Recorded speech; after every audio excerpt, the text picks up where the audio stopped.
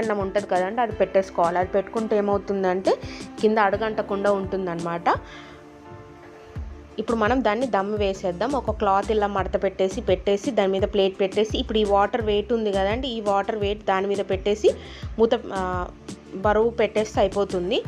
5 minutes ఇది హైలో 5 minutes హైలో ఉండాలండి.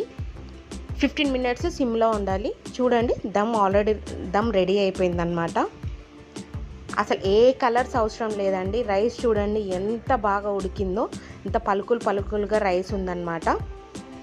చూడండి, ఇప్పుడు నేను కింద నుంచి రైస్ తీసి చూపిస్తాను. దీనికి అసలు కలర్సే అవసరం లేదు. ఈ మసాలాతోనే కలర్ అనేది చాలా బాగా వస్తుందండి.